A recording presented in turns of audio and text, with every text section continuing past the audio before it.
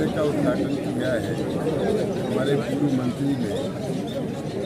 आप देख रहे हो बिल्कुल शॉर्ट नोटिस, एक एक टेलीफोन भी नहीं कर पाए, लोगों को सिर्फ पता लग गया कि कार्यालय का उद्घाटन। और जरा से आग्रह पर वो अपने आप यहाँ आए, उत्साह तो आप देख ही रहे हैं। इतनी बड़ी गर्मी में आना और इतने बड़ी तादाद में, जैसे पता लगा तुरंत लोग आ गए। अब आज से हमारी शुभ शुरुआत है। समस्त पत्रकार बंधुओं से मेरा निवेदन है कि बिना जो कुलदेवी है नाश्ता लिए जाने नहीं, सभी लोग एक जगह बैठ जाए। बच्चू भाई साहब 9 बजे और वहाँ से आके हमने सभी साथियों से निवेदन करूंगा कि सबको अब यहाँ से मैं आज आज तो नहीं मिलूंगा लोगों से, बड़ाई जलेबी। और कल से मेरी क्षेत्र पत्रकार भाई एक साइड में आ जाए, कमरे में बैठ जाए। पत्रकार बंधु हमारे हर टोले मजरे पर, कमरे में विधानसभा एक क्षेत्र तरफ कमरे में बैठ जाए। हर समाज के लोगों से मैं संपर्क करूंगा और मैं अपनी बात करूंगा। हमारी सरकार ने जो जन कल्याणकारी योजनाओं कोई का भी बिना काम किया है, मंत्री जी का निवेदन है कि बिना खाए कोई नहीं सरकार के जाएगा। विकास के नाम पर कि तो बहन जी का वोट था, बाबा को वोट क्यों दे रहे? पर उन्होंने कहा उस गांव के गरीबों ने कि हम गरीब हो सकते हैं मगर हम एहसान फरामोश नहीं हो सकते। जो हमारी जिंदगी की चिंता करेगा वोट उसकी बेटी बन जाने वाला है। और इसलिए आज मुझे बहुत खुशी हुई है, हमारे दलित भाइयों की बहुत बड़ी संख्या, जब सूरज उगे तब सवेरा, अभी तक उनका शोषण होता रहा, अभी तक उनको गुमराह किया जाता रहा, दिया लिया कुछ नहीं। राम मंदिर जैसे गर्व का विषय है, वैसे ही राम के अनन्य भक्त रैदास जी का 100 करोड़ का बनने वाला सागर का मंदिर, ये भी धरती पर दुनिया में पहली बार हमारी सरकार बना रही। कौन से संत रैदास जी काशी में बैठते थे, उनका जो कर्तव्य था, जो कर्म था, वो चर्म का काम करते थे। बड़े भक्त भाव से राम राम राम राम दिन रात बोल रहे हैं और अपना काम कर रहे हैं। एक पंडित जी से बहुत मित्रता थी, तो पंडित जी शाम को पहुंचे और रैदास जी से बोले कि रैदास, आरती में नहीं चल रहे हो, गंगा जी की आरती का समय हो गया। रैदास ने अपनी आंखें ऊपर नहीं और अपने काम में लगे रहे। पंडित जी ने झुंझला कर कहा, अरे गंगा जी की पूजा करने नहीं चल रहे, आरती का समय हो गया। उन्होंने कहा, पंडित जी ये मन चंगा तो कठौती में गंगा। और रैदास ने एक मुट्ठी फूल उठाए और पंडित जी के हाथ में रख दिए। पंडित जी कह देना कि रैदास ने गंगा के चरणों में फूल भेजे, आप चढ़ा देना। आरती खत्म हुई, पंडित जी ने अपने फूल चढ़ाए गंगा जी पर और रैदास के फूल लेकर जब फेंके कि हे गंगा मैया, रैदास ने फूल भेजे हैं। और कबीर जी के बारे में सोचा, हमने तो मैहर में कबीरदास जी के लिए भी मंदिर बनवाया। और इसलिए मेरे बंधुओं, आपसे संक्षेप में मैं कहूं तो कुछ ज्यादा मुझे बोलने की जरूरत नहीं है। आज के बाद में हम वोट मांगेंगे कि नहीं, जाकर गांव गांव में, गली गली में? आप बताइए, मांगने जाओगे ना? तो मैं आपको एक बात बता दूं कि जनता तैयार बैठी, फसल पकी हुई खड़ी है। आप गेहूं को काटकर थ्रेसर तक पहुंचाने का काम करना, ऐदल सिंह जी की पेटी मालो माल हो जाएगी। इसलिए वोट देने तैयार बैठी है कि कोरोना जैसे महादैत्य ने दुनिया में जब प्रलय लाई, अगर भारत में मोदी जी प्रधानमंत्री नहीं होते तो इस देश में न जाने कितने लोगों की भूख से मौत हो जाती, बीमारी से नहीं। अगर मोदी जी वैक्सीन नहीं बनाते तो कोरोना लौटकर नहीं जाता। 257 करोड़ वैक्सीन हिंदुस्तानियों को लगा दी मुफ्त में। 80 करोड़ परिवारों तक गेहूं, चावल और दाल भेजने का काम किया मेरी सरकार ने, आज भी जा रहा है। जो मोदी जी का अन्न खा रहा है जो परिवार, अगर आप हाथ जोड़ के याद दिलाओगे तो वोट देने के लिए मना करेगा, उसकी आत्मा नहीं होगी। जो 3.5 करोड़ परिवारों को घर की छत दी है पक्का मकान बनाकर, वो मना करेंगे क्या? जिन घरों में 11 करोड़ में नल जल के कनेक्शन पहुंचे, जहां आंखों के आंसू पहुंचकर 10 करोड़ गैस उज्ज्वला भेज दिए, कितनी बातें बताऊं। और अगर जीरो में जनधन के खाते नहीं खुलते तो आप बताओ, ये जो शिवराज जी लाडली बहना को रुपया भेज रहे हैं या किसान को 12,000 भेज रहे हैं, ये आपको ऑफिस में लेने जाना पड़ता कि नहीं? और 1000 में से 200 रुपया बाबू जेब में डाल देता तो आप क्या फांसी चढ़ा देगा? न दलालों का काम, न ऑफिसों का काम, ये दबाया मोदी जी ने और शिवराज जी ने बटन, और ये मुरैना के गांव में लाडली बहना के खाते में पैसा पहुंचा। मैं गांव का रहने वाला हूं। 8वीं तक बिना बिजली का गांव था हमारा। खूब सावन के झूला झूले हैं नीम के पेड़ पे पटलियां डालकर बचपन में। आजकल भौरा और फिरकनी तो बच्चे पहचान नहीं रहे, खत्म हो गई। मेरा नाती पूछता है, नानू ये भौरा किस चीज का नाम होता है? मैंने देखा है कि वो मजदूर परिवार जो दिहाड़ी का काम करके कमाता था, धान के खेत में पौध लगाने की मजदूरी मिल गई तो उस समय की जो मजबूरी होती थी, और अगर रात का शौक है कुछ खाने के अलावा पीने पाने का, तो वो मजदूरी के पैसा भी खत्म हो जाता था। और श्रावण आया और गरीब की पत्नी जब धीरे से कहती थी पति को कि कल भैया आ रहा है, तो भैया के लिए मिठाई के पैसा तो दे दो। पति की जेब में होगा तो पति थोड़े बहुत दे देता था, और नहीं है तो घर में कलेश होता था। अब की बार का सावन ईमानदारी से बहनों से पूछना कैसा मना। ये लगाया एटीएम में कार्ड और ये निकले 500 रुपया, और ये 200 रुपया की बर्फी दुकान से वो 50 की राखी, 250 के खर्चा में भाई का मान रखा, और भाई अगर ठीक ठाक है तो 250 और मिलके 500 बहन की जेब में आ गया। घर में ननद आ गई तो 50 रुपया देने की हिम्मत नहीं होती है गरीब की, कहां से लाए? और इसलिए राखी के साथ बतासे नहीं रखे गए, इस बार मिठाई रखी गई। ये कैसे सोचा शिवराज जी ने?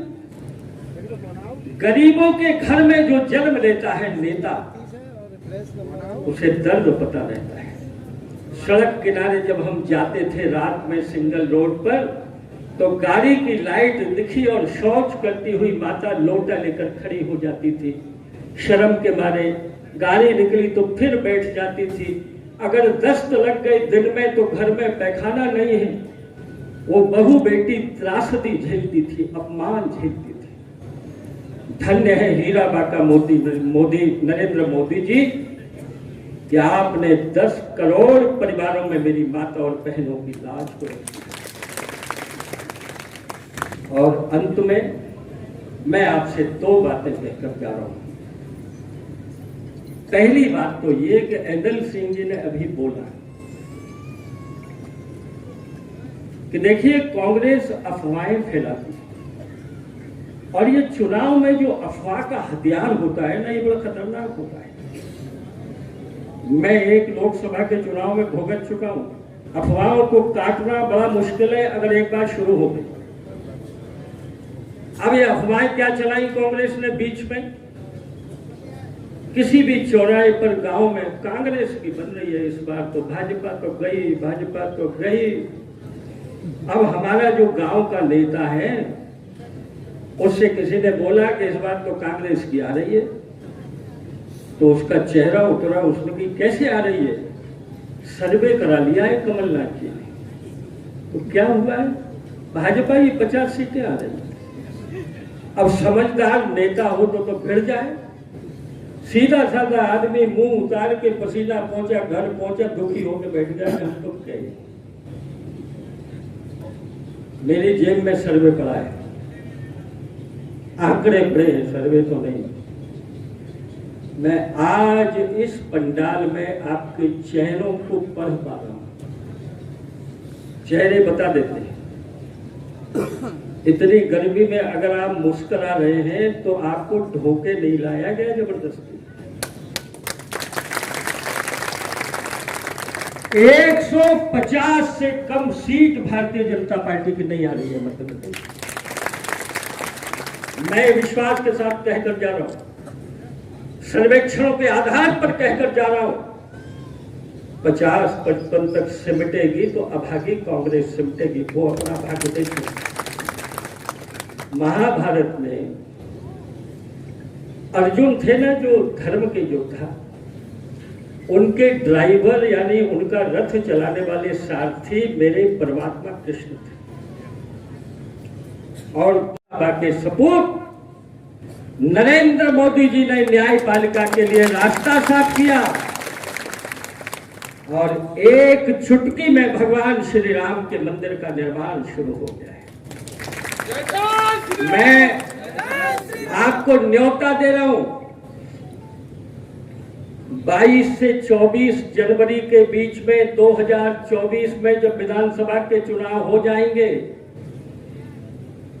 अगर रेल से जा पाओ तो अयोध्या में, और नहीं घर के टीवी पर बैठकर इस विश्व के सबसे भव्य गर्भगृह में मेरे राम लला का अभिषेक देखना और अपनी आंखों को भर लेना, ये सपना पूरा होने का काल है। देश आजाद हो गया मगर कश्मीर में भारत का संविधान लागू नहीं होता था पूरा। हम बहुत भाषण देते थे, 370 हटाओ, 370 हटाओ। फारूक अब्दुल्ला कहते थे दंगा हो जाएगा, महबूबा कहती थी पाकिस्तान हमला कर देगा। मगर अमित शाह जी ने ऐसा इंतजाम किया दोनों तीनों का कि जाते समय पूछा क्या खाओगे, तो बोले चिकन बिरयानी खाएंगे, मुर्गे वाली बिरयानी। और जब लौट के आए तो पूछा क्या खाते हो, बोले वो पालक, मेथी और मूली के अलावा भूल गए क्या खाया। कलम की एक नोक से भारत माता के खाओ को धो दिया और कश्मीर का नंतर पर बचा दिया। मोदी जी जब प्रधानमंत्री बने तो दूसरे ही दिन मीडिया ने उनसे 2 सवाल किए। उन्होंने कहा आपके सरकार की नीति क्या होगी, तो मोदी जी ने कहा कि मैं न तो खाऊंगा और न खाने दूंगा, न सोऊंगा न सोने दूंगा, और विश्व के लिए आपकी क्या नीति होगी। तो उन्होंने कहा कि दुनिया में किसी देश को न तो हम आंख दिखाएंगे और न दिखाने देंगे, दोस्ती होगी तो हाथ मिलाकर बराबरी की होगी, अमेरिका हो या रसिया हो। हमें किसी की जमीन हड़पने का शौक नहीं है, मगर 1 इंच हिंदुस्तान की धरती पर घुसने की कोशिश की तो घर में घुसकर मारेंगे और बहुत मारेंगे।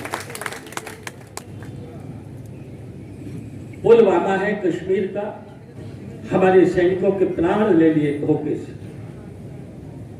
अब कांग्रेस का जमाना जब होता था, सोनिया गांधी और मनमोहन सिंह की सरकार का, उस समय तो हमारे सिपाहियों के सर काटकर जूतों से पाकिस्तान में फुटबॉल खेले जाते थे। लेकिन जब नरेंद्र मोदी जैसे नरसिंह गद्दी पर बैठे, मैं दिल्ली में था, लोकसभा के चुनाव आ रहे थे, सवेरे टीवी खोला तो यहां तो 4 सैनिकों के प्राण लिए पाकिस्तान ने। हमने पुलवामा में बम पटक के ऐसा लंका दहन किया कि पाकिस्तानी गिन नहीं पाते। और इसलिए आज हर हिंदुस्तानी का सीना चौड़ा है। आज नरेंद्र मोदी जी का नाम लेता हूं तो बहनों के, भाइयों के चेहरे पर गर्व के भाव होते हैं। 12:30 से तक गाड़ी पहुंच गई है आपकी, और ये 12.5 से पे ही नहीं रुकेगी। ये माननीय शिवराज सिंह जी के नेतृत्व में, आदरणीय पवैया जी के नेतृत्व में 3,000 पे तुम्हारी गाड़ी पहुंचेगी। 3,000 पे हमारी बहनें खुशहाल होंगी, अपने पतिदेव के भरोसे नहीं रहेगी कि हमारा पतिदेव पैसा दे तभी हम मुरैना घूमने के लिए जाएं। बगैर पतिदेव के जब जेब में पैसा होगा तो हमारी बहनें धौलपुर और मुरैना ग्वालियर में कहीं भी जा सकती है। तो भाइयों, ऐसा प्रदेश का कौन सा परिवार नहीं है जो प्रदेश सरकार और देश की सरकार की योजनाओं से अछूता हो। ये कांग्रेस के लोग प्रोपेगेंडा कर रहे हैं। हमारी सरकार आएगी तो हम 1500 रुपए देंगे। अरे तुम तो उधारी की कौन मानेगा? तुम्हारी मार्केट वैल्यू कितनी खराब है। 2018 में तुमने वादा किया था कि प्रदेश में हमारी सरकार बनेगी तो हम किसान का कर्जा माफ करेंगे। मेरे किसान भाइयों, में आपसे पूछना चाहता हूं, कोई 2-4 की तो मैं कह नहीं सकता, थोड़े बहुत किसी किसान का कर्जा माफ हुआ। ऐसे कांग्रेस के लोग, झूठ बोलने वाले लोग 2 महीने के बाद फिर आपके बीच में आएंगे। वो फिर वादे करेंगे और झूठे वादे करने में बड़े माहिर हैं। लेकिन काट की हंडी एक बार चलती है, काट की हंडी 2 बार चढ़ सकती है क्या? नहीं चढ़ेगी। काट की हंडी एक बार चढ़ सकती है। सजग और होशियार हो जाओ। वो जो 2000 में ठग के ले गए आप लोगों को, वो ठगिया तैयार हो रहे हैं अभी से, लेकिन ठगियाओं को हम नहीं ठगने दें, ये हमारी आपकी जिम्मेवारी है। गांव में नारे लगाओ, गांव में होशियार कर दो। जिस प्रकार चौकीदार होशियार कर देता है कि खबरदार, होशियार, ठगिया आने वाले 2018 के, शुरू कर दो ये नारा। 2 महीने तुम रखा लो इन ठगियाओं से, और तीसरे महीने जब चुनाव हो जाएगा और प्रदेश में भारतीय जनता पार्टी की सरकार बन जाएगी, फिर वो ठगियाओं से रखाने का काम मेरी जिम्मेवारी है। मैं आपको भरोसा दिलाता हूं। अब मैं ज्यादा भाषण तो नहीं दूंगा क्योंकि आदरणीय पवैया जी को सबरगढ़ जाना है। मैं आज इतना ही कहना चाहता हूं कि आपने इतनी गर्मी में गांव से आके शॉर्ट नोटिस पर 5 बजे पता लगा, आके हमारे आदरणीय नेता पवैया जी का, मंचासीन हमारे सभी भारतीय जनता पार्टी के नेताओं का आपने स्वागत किया। मैं अपनी ओर से और भारतीय जनता पार्टी की सरकार की ओर से आपका हार्दिक अभिनंदन करता हूं, स्वागत करता हूं। बहुत बहुत धन्यवाद। अरुणा कुसुमा, सपना जाटव, वंदना स्वामी,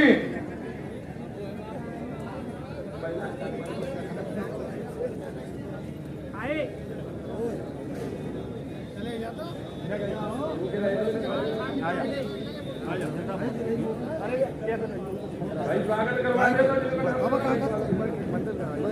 मंच पे तो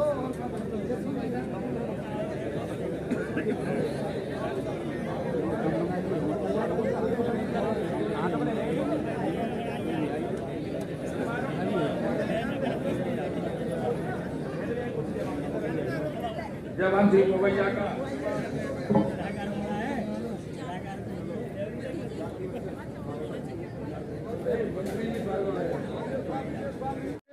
बघेल जी, HB सिंह जी, मान सिंह राजपूत जी,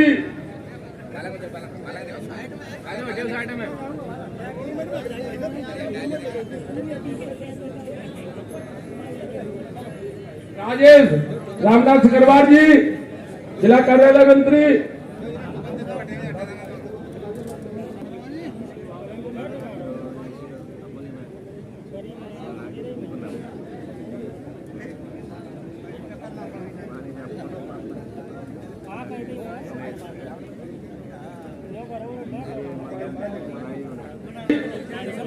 प्रखर वक्ता राष्ट्रवाद के द्योतक जयवान सिंह पवैया जी के समक्ष, जिलाध्यक्ष डॉक्टर एवसपाल गुप्ता जी के समक्ष, माननीय हेताल सिंह कंसाना जी के समर्थन में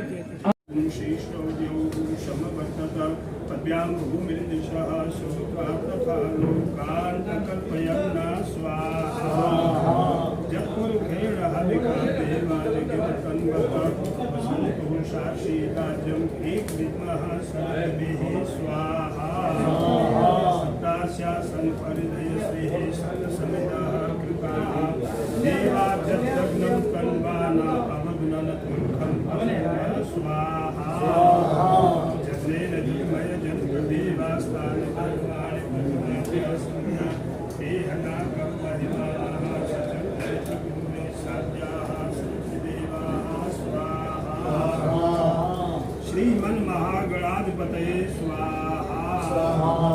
ओम लक्ष्मी नारायणाभ्याम स्वाहा। हरिहरगवाभ्याम स्वाहा। इष्ट देवताभ्यो स्वाहा। कुल देवताभ्यो स्वाहा। स्थान